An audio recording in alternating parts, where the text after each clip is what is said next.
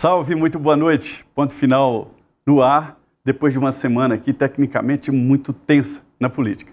Mas é assim, a política faz parte da sua vida, daí a importância. Cuida da sua casa, da escola do seu filho e de todo o nosso futuro. É por isso que nós trazemos aqui toda semana, no Ponto Final, as entranhas das articulações políticas e os políticos, para que você tenha a sua ideia.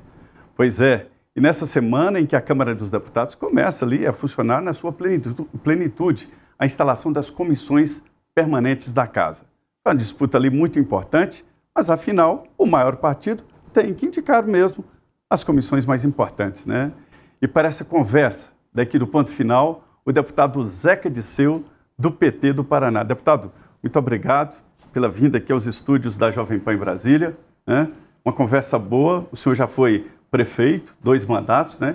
Está no 4º mandato de deputado federal, ou seja, será mesmo uma conversa muito boa. Está deixando a liderança do PT. É um cargo muito importante na Câmara dos Deputados e que fez ali um papel muito firme na defesa do governo e também do PT, porque o PT não é exatamente todo o governo. Foi fácil, é fácil defender o governo Lula, deputado? Não digo que foi fácil, viu, Zé? Eu digo que foi prazeroso e foi produtivo. A gente teve resultado, eficiência no trabalho que foi realizado. Mas primeiro eu queria te saudar, cumprimentar aí pelo programa, dizer da satisfação de poder estar aqui debatendo aquilo que de fato mexe com a vida das pessoas e do que está acontecendo aqui em Brasília, do que está acontecendo no nosso país. A nossa bancada de deputados e deputadas do PT tem uma boa tradição. Nós não temos reeleição. Então você vai a cada ano dando oportunidade a uma liderança importante liderar a bancada. Alguns partidos adotaram essa prática, mas eu me lembro de que o PT foi o primeiro a fazer esse sistema de rodízio, né? Hoje a gente revela pessoas. Pelo que eu vi nos últimos anos, a gente tem metade dos partidos com essa tradição de estar ano a ano trocando as lideranças, mas tem partido que o líder já está há muito tempo, é uma reeleição ali definitiva quase, porque o líder acaba exercendo sobre os deputados uma liderança, por óbvio, né, muito grande. Se ele quiser, ele não sai nunca mais. Então, que bom que a gente tem lá esse princípio. O Odair Cunha, que é muito experiente também, deputado federal há muito tempo de Minas Gerais, né, um companheiro meu, inclusive de corrente dentro do partido, ele já está assumindo aí os trabalhos, liderando a nossa bancada. E claro, eu vou estar à disposição dele, à disposição do líder do governo, à disposição do presidente Lula para as tarefas que eles acharem que a gente pode auxiliar, pode contribuir, em especial agora na educação, que é a área que eu sempre me dediquei. Eu estou na Comissão de Educação como membro titular desde 2010, quando eu cheguei aqui em Brasília, 2011, e acho que nós vamos ter um embate muito acalorado lá, mas que com certeza a gente vai ter resultados né, que vão satisfazer quem me deu essa confiança de representar o Paraná, de estar lá atuando em defesa da educação do país. Eu estou muito determinado aí para esse embate que vai acontecer. Né?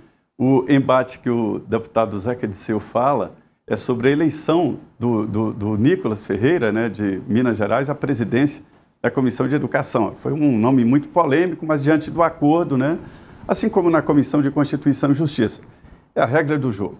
O maior partido indica a primeira comissão, escolhe a primeira comissão, e foi assim. Mas, voltando aqui à Comissão de Educação, esse embate que o senhor fala, como será? Será um embate regimental? Como será a estratégia? Como você disse, a gente tem que compreender, né, e respeitar a ordem que existe, o regimento que a maioria tem o direito da primeira escolha, muitas vezes da segunda escolha, e o PL assim o fez. Na verdade, no ano passado a gente fez uma mágica, porque o direito já era do PL, por exemplo, de escolher a Comissão de Constituição e Justiça, e num acordo, ali no momento da formação da mesa diretora da Câmara, nós conseguimos que o PT, que não é a maior bancada, fizesse a primeira escolha, e nós presidimos com o deputado Rui Falcão. Tiveram a relatoria do orçamento, que foi uma decisão até posterior, né, mas o natural era que a primeira escolha tivesse sido o PL, acabou por um acordo, né, na hora da montagem da mesa diretora, da eleição da presidência da Câmara, nós ficando com esse benefício, com esse privilégio de escolher primeiro, né? Esse ano, né, eu acho que o PT continua ocupando espaços importantes. A Maria do Rosário segue lá na mesa diretora como segunda secretária. Isso não acontecia há muito tempo. Nós ficamos fora da mesa diretora, acho que por 8, 12, 16 anos, foi muito tempo, né? Acho que desde o Marco Maia, quando ele foi presidente, nós não tivemos mais essa oportunidade. Depois que o André Vargas foi vice-presidente, né? Depois dali, a gente não teve mais essa oportunidade.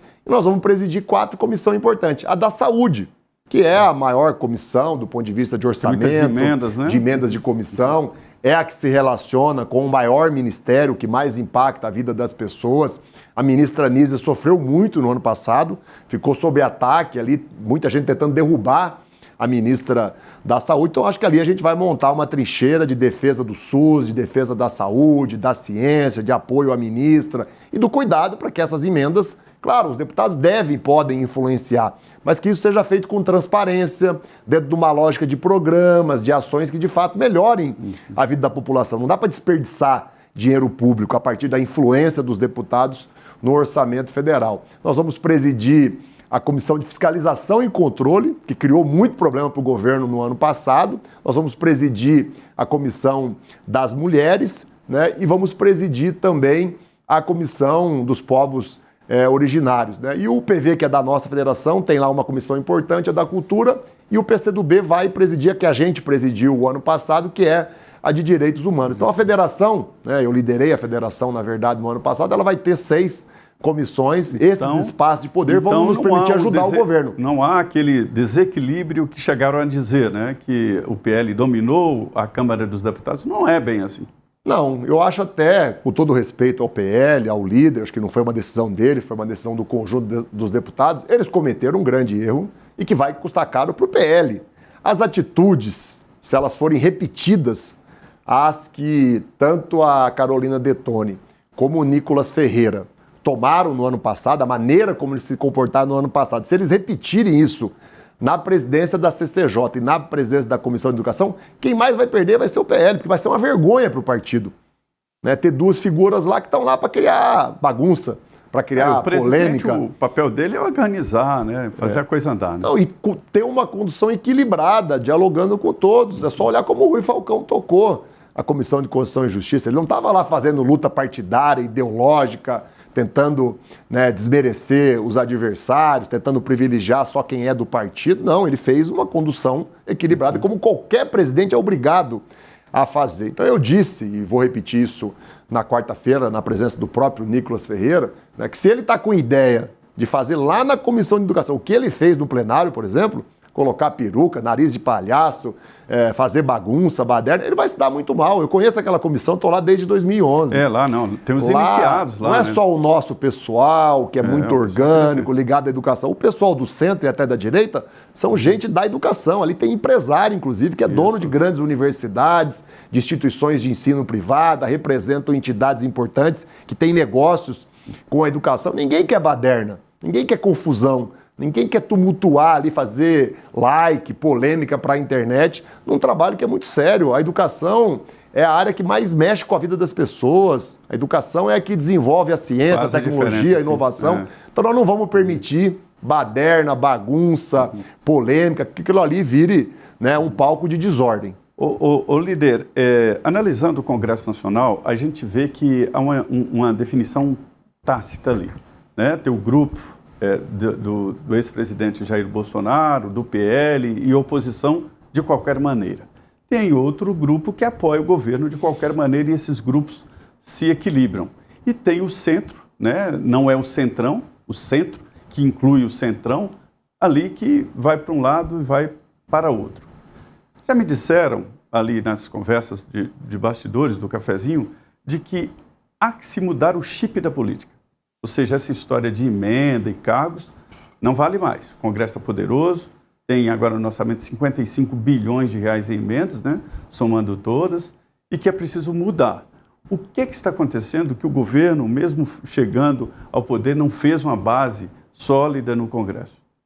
Olha, as votações do ano passado, os resultados dela, a aprovação de projetos dos mais diferentes e dos mais importantes, para mim, é uma prova de que o governo teve êxito. Apesar de ter dificuldades, apesar de ter problemas, como você disse, né, a minha avaliação pelos resultados é que o ano foi muito exitoso. O presidente Lula, o governo federal, aprovou quase tudo o que quis, 80%, 90%. Negociou projeto a projeto, né? Foi difícil, toda semana era uma agonia. Eu estava lá ao lado do líder Zé Guimarães, eu estava lá junto com os demais líderes, né? Junto com o presidente da Câmara, a mesa diretora. Tive muita briga, muita confusão, né? Muita incerteza, mas no final deu certo. Aprovamos a reforma tributária, um novo arcabouço fiscal, um novo regime fiscal sustentável. Voltamos com o Bolsa Família, com Minha Casa Minha Vida. Aprovamos agora esse pé de meia, né, que vai dar bolsa para os jovens permanecerem na escola. Conseguimos aprovar um conjunto muito grande, a volta do Mais Médicos. Eu poderia ficar aqui o tempo todo relembrando um conjunto de decisões muito positivas. Agora, e teve em dezembro, eu queria destacar... A expansão dos institutos. Mas eu queria destacar assim, a decisão que o presidente Lula conseguiu construir com a gente, com o Congresso, com os líderes, em dezembro de 2022. O que aconteceu ali na transição, né, o presidente Lula começou a trabalhar antes da hora, antes de tomar posse, está repercutindo até hoje. Por quê? Porque a gente acabou ali, tirou da Constituição o teto de gastos. Eu vou dar um exemplo do orçamento da saúde. O orçamento da saúde ficou 6 anos congelado. Gente morrendo na pandemia, né, uma dificuldade imensa nos hospitais regionais, pelas mais diferentes regiões do país, a arrecadação crescendo, batendo recorde durante 6 anos, o orçamento da educação congelado, porque tinha o teto de gastos. O orçamento da educação foi pior. Durante 6 anos ele foi sendo reduzido.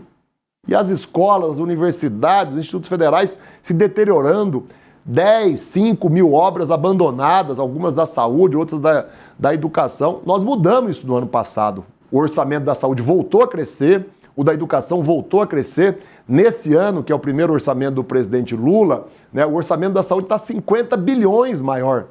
Por isso que voltam mais médicos, o Farmácia Popular, por isso que agora no PAC foi lançado, né, autorizada a construção de novas unidades de saúde, a troca dos veículos do SAMU, construção de policlínicas, né, está se reajustando o valor de alguns serviços para que os hospitais possam continuar aberto e funcionando, está repassando mais dinheiro para os estados e para os municípios. Isso mexe com a vida das pessoas.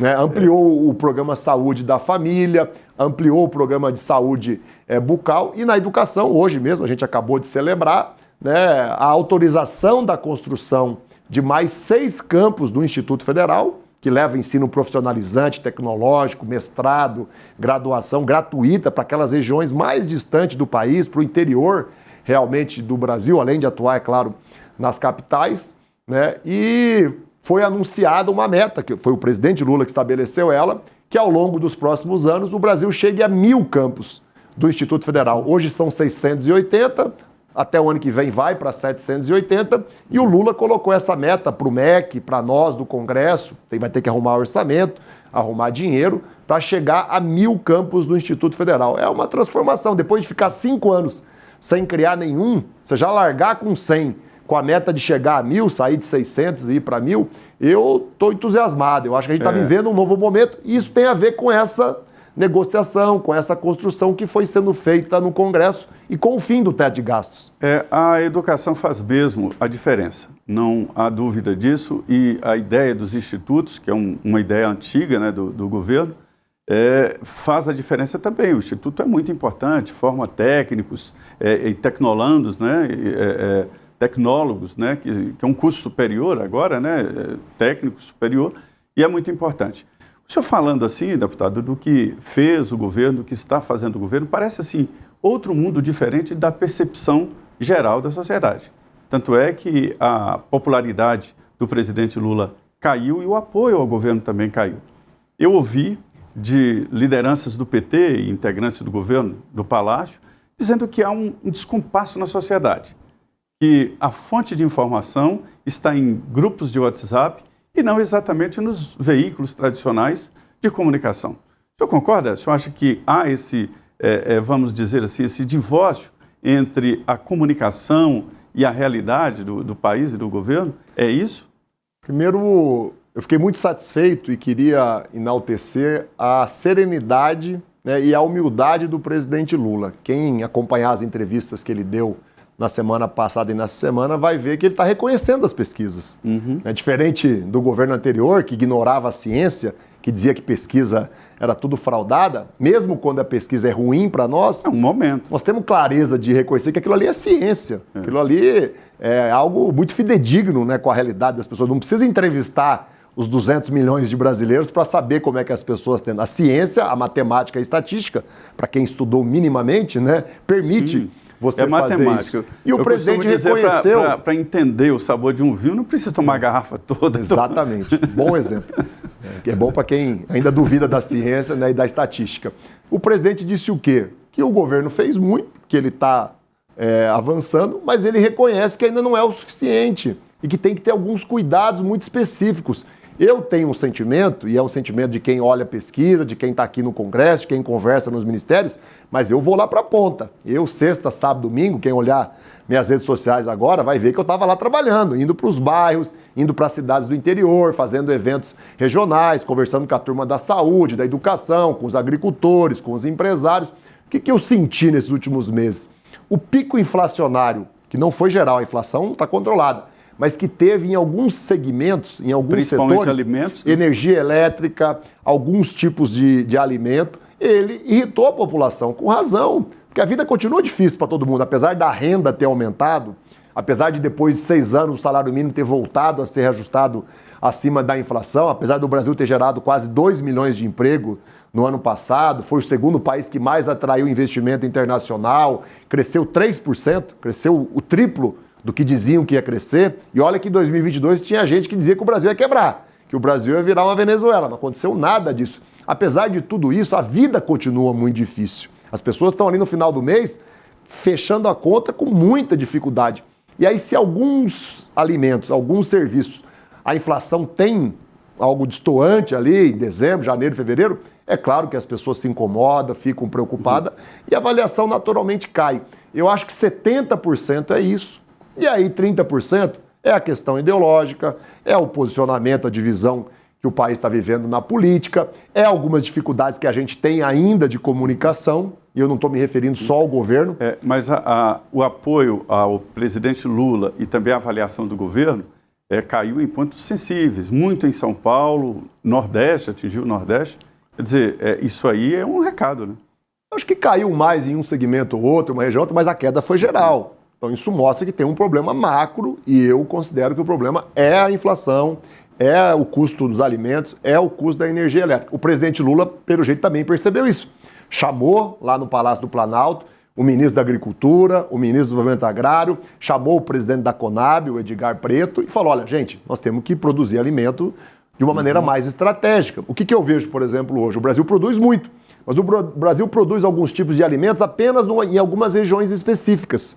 Aí dá um evento climático, uma enchente, uma seca, naquela região específica, porque isso nunca acontece no Brasil todo, e aí a gente fica sem alimento, fica sem banana, fica sem mandioca, fica sem arroz, sem feijão. Mercado, né? E aí o preço explode, como já aconteceu com o tomate, já aconteceu com outras coisas. Um país como o Brasil, né, tendo um Banco do Brasil, uma Caixa, um BNDES financiando a agricultura, tendo uma Embrapa, tendo outros institutos de pesquisa, né, tendo o know-how que a nossa agricultura familiar acumulou, as nossas cooperativas de produção, o agronegócio, nós temos condição de produzir o alimento que vai para a mesa do café da manhã, do almoço, da janta, em todas as regiões do país, mesmo naquelas que é mais difícil, para não ficar tão vulnerável.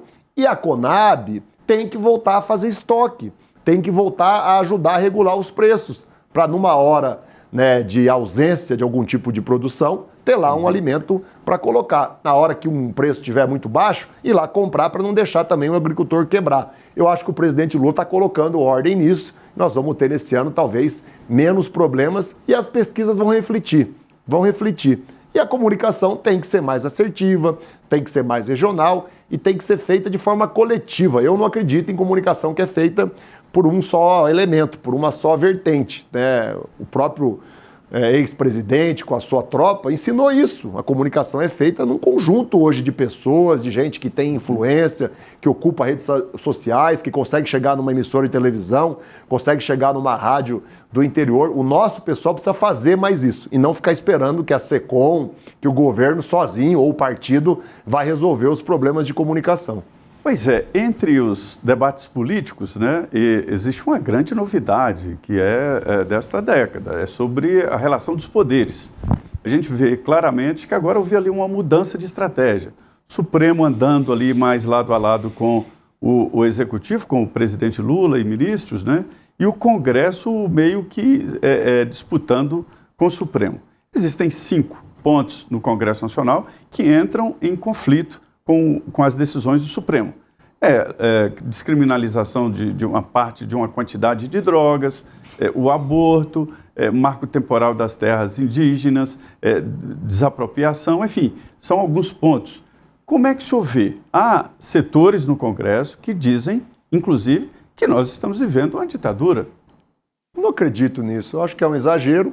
Não que o Poder Judiciário, uma hora ou outra, não cometa os seus equívocos, como os políticos cometem, como o Congresso comete, como qualquer governo comete. Eu fui prefeito 2 vezes, fui exitoso, premiado, me reelegi com 70%, no segundo mandato já... Você foi homenageado prefeito da criança, não é isso? Prefeito amigo da criança, prefeito empreendedor de Sebrae, mas eu errei muito. É natural você cometer erros. Então tem erros no judiciário, como tem em todas as outras esferas de poder, mas eu acho que esse ataque, essa posição de alguns no Congresso, acho que é uma coisa até mais forte no Senado, é exagerado, é desnecessário. Não precisamos de briga, não precisamos de confusão nesse momento, né? E o presidente Lula mudou essa realidade. O judiciário é praticamente o mesmo, o Congresso é o mesmo que foi há 4 anos atrás, mas o presidente Lula faz uma aposta diferente do que fazia o ex-presidente. O ex-presidente apostava na polêmica, no cultivo do ódio, na ameaça, na briga, na confusão. O Lula é um conciliador, é um sindicalista, tem uma história de vida que busca o diálogo, o entendimento e o respeito por quem é e pensa diferente da gente. Mas veja bem, a imunidade parlamentar, ela não é um direito individual do parlamentar.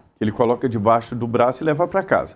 É um direito da sociedade em ser representada por alguém que tem uma imunidade parlamentar. Da Constituinte para cá, houve mudanças nesse artigo da Constituição que garante a imunidade. Antes, para se processar um deputado, era preciso autorização do Congresso. O Congresso nunca dava, preferia expulsar o parlamentar do que dar autorização. Aí houve mudança e agora ficou apenas uma imunidade parcial, de voto e palavras, né? Você não acha que o parlamentar, não individualmente, mas no coletivo, não teria que retomar essas prerrogativas? Eu acho que ninguém fica confortável com essas ações no Congresso de entrar em gabinete, fazer operação? Primeiro eu penso que, eu tenho certeza, a grande maioria de quem está assistindo pensa. Ninguém pode estar acima da lei, todo mundo que comete algum tipo de erro, de delito, de crime, precisa ser investigado, precisa ser processado, pode ter a sua defesa e, se for culpado, tem que ser punido. Agora, a instituição, seja ela qual for, o Congresso, o Supremo, o Executivo, precisa ter um certo respeito.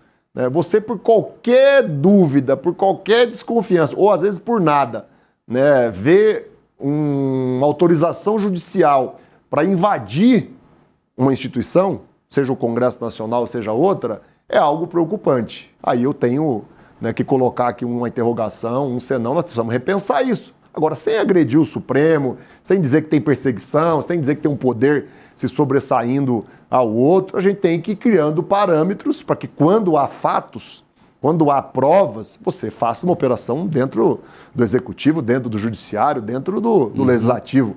Agora, por causa de uma vírgula, de uma desconfiança, daqui a pouco você começa a invadir gabinetes, invadir casa de pessoas, invadir apartamento funcional, eu acho que aí tem que ter um cuidado, não pode haver exagero. A história da política é muito interessante, né? Se essa proposta viesse na época, por exemplo, do mensalão e de outras investigações, esse pessoal que está hoje querendo retomar as imunidades não aprovaria, né? Então, na verdade, a política tem essa história de mudar a configuração e de ângulos de visão.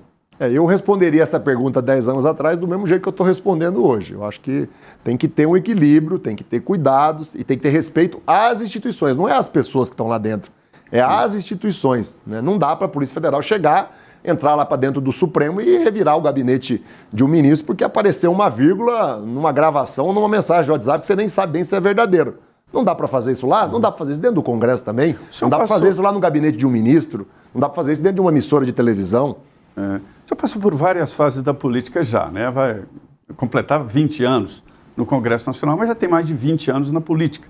Como prefeito, ele frequentava Brasília aqui e conhece os meandros ali de como anda o poder, né? Então, houve várias fases, né, da política. E agora nós estamos numa fase aguda de polarização.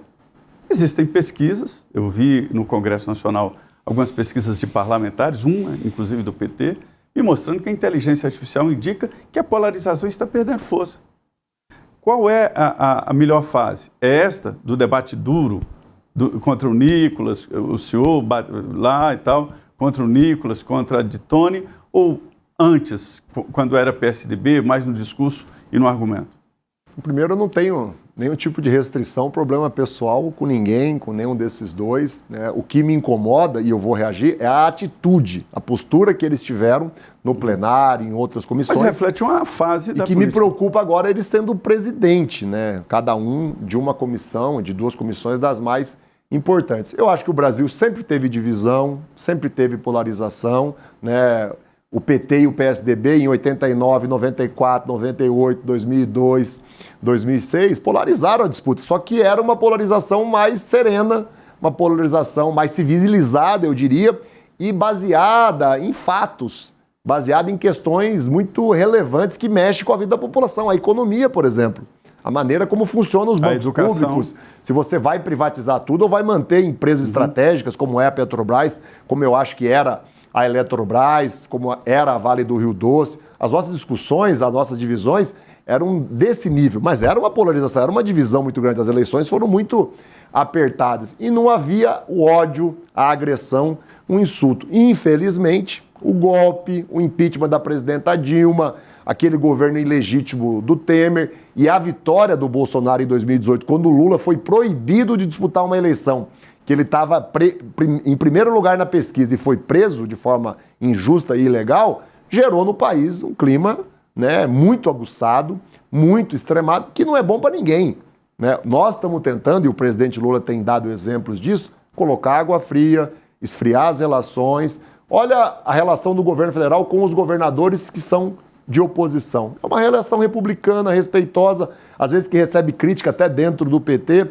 Olha a nossa postura, a nossa relação com os prefeitos e prefeitas. A grande maioria não esteve no palanque do Lula. A grande maioria dos prefeitos estava lá com o Bolsonaro. Estão recebendo tudo. Inclusive, nós devolvemos o ICMS que o Bolsonaro tinha roubado dos prefeitos e dos governadores em 2022, na véspera da eleição dos combustíveis. Demos lá uma quantidade de 15, 18 bilhões de reais de volta aos cofres das prefeituras e dos governos estaduais no ano passado, sem fazer distinção de quem é do PT ou de quem não é do PT, de quem é oposição, de quem é governo. Então, no que depender de mim, eu espero, imagino e vejo do presidente Lula, do PT, dos nossos aliados, nós vamos sempre tentar pacificar o país. Agora, claro, ninguém leva desaforo para casa, ninguém vai aceitar mentira, agressão, sem reagir e sem procurar, né, tomar atitudes que justifiquem, né, aquela reação. E a estratégia agora? Nós estamos num ano eleitoral, né? E é a base para 2026, as eleições municipais. O PT está traçando estratégias. Qual é a estratégia básica ali do PT? De alianças, coligações e prioridades. Acho que o PT tem uma condição muito grande de eleger um número muito maior, mas infinitamente maior, de vereadores e vereadoras do que elegeu em toda a sua história, em todas as suas eleições. Por quê? Porque o PT continua sendo disparado o partido da preferência da população. Mesmo nessas pesquisas que a avaliação do governo piorou, né, no Atlas Intel, por exemplo, piorou bastante a avaliação do governo, mas quando pergunta qual é o partido de preferência, o PT tem 34% de preferência. É inadmissível que o PT não tenha pelo menos 1, 2 vereadores, 3 em cada cidade. Né? Tanto nas metrópoles como nas cidades menores. A gente precisa mobilizar, incentivar, estimular o nosso pessoal a ser candidato. O que acontece a cada eleição? O nosso pessoal não quer ser candidato, não quer disputar a eleição, não quer montar chapa de vereador, porque não acha que isso é importante. O nosso pessoal é muito focado na eleição presidencial, mas é a eleição de vereador e vereadora que monta o Congresso depois de 2 anos. Eu queria fazer uma pergunta para o senhor. O seu pai, o José Dirceu, que foi ministro importante no governo Lula, deputado federal, nome importante na política, e que está fora da política, e agora ele deu uma entrevista dizendo que pode voltar à coordenação política ou militância política no PT, é isso mesmo? Zé Maria, eu tenho uma avaliação que meu pai nunca deixou a política, nunca deixou o PT, nunca deixou nos bastidores, de influenciar na vida pública do país. E não é nem por iniciativa dele, é por iniciativa dos outros. Ele é muito procurado, eu convivo com ele, é meu pai, obviamente, ele está inclusive agora ficando bastante comigo aqui em Brasília, né? E toda hora tem alguém indo almoçar lá, indo jantar, ministro, senador, deputado, ex-governador, atual governador. É uma romaria de lideranças, de figuras importantes de cada estado e do nosso país. Então ele sempre esteve, continua. Eu defendo e vejo ele muito focado naquilo que eu acho que é o mais importante, né? Que é anular as condenações ilegais e injustas que ainda existem. Ele já teve algumas vitórias no judiciário, mas precisa liquidar tudo, como aconteceu com o presidente Lula e como já aconteceu com outros. As conversas reveladas pela Operação Spotify, né, dos procuradores com o juiz Sérgio Moro, né, e que trata da questão do meu pai, elas são vergonhosas. Eles estavam ali combinando. Quem fazia a denúncia combinava com quem ia julgar orientava quem estava fazendo a denúncia para poder condenar alguém que não tinha contra ele nenhum tipo de prova. Então, a anulação dessas condenações, eu imagino e sinto e defendo que seja a prioridade número 1 dele. Eu não acho que não é momento dele voltar a disputar eleições, a ter vida partidária, a ocupar cargos públicos, enquanto essa questão não for resolvida, e para mim está muito perto de ser resolvida, porque o Supremo Tribunal Federal já tomou decisões não só em relação ao presidente Lula, mas em relação a outras figuras que foram injustamente condenadas, anulando as condenações. Muito bem, uma conversa boa aqui com o líder, está saindo da liderança do PT na Câmara, deputado Zeca Disseu, 4 mandatos de deputado federal, foi prefeito 2 vezes no Paraná. Deputado, muito obrigado por sua presença aqui na Jovem Pan e esperamos continuar conversando aí pela frente. Obrigado. Eu que agradeço, muito boa noite. Zé Maria. Um abraço a todos aí. É isso.